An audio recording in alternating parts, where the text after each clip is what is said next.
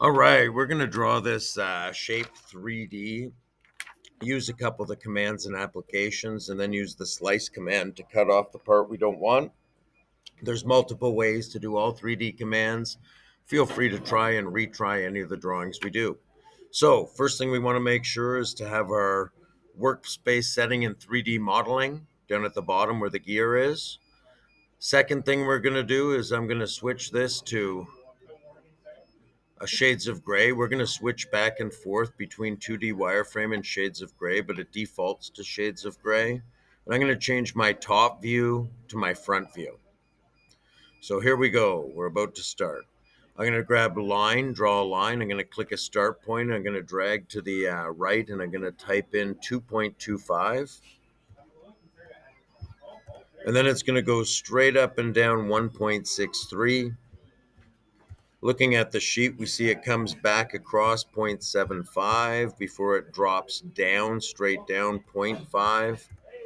It doesn't say 0.75, but if we do the math, we know that 0.75 back, 0.5 up, 0.75 out, and straight down. So we've got our general front view of the object, but I have them as separate components or units. So we're going to go to Modify, select Join, click and drag a box over the entire area and press enter. So now it's a joined view. We're going to switch from front view to southeast isometric, and we're going to go to extrude, click on the object, click a point to extrude from, and type 3 and enter.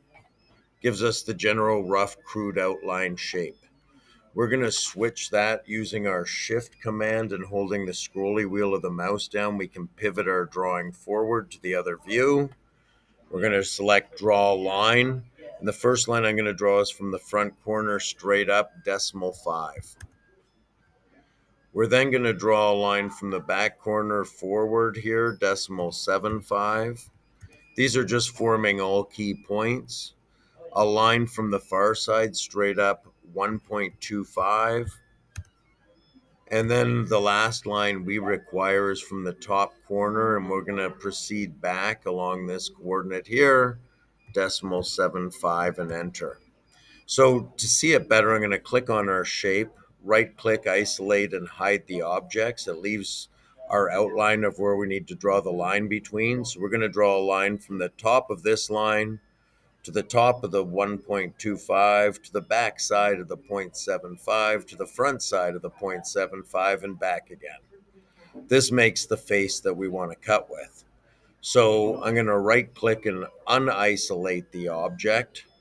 I'm going to select the slice command, click on our solid, press enter, and I get a variety of choices at the bottom.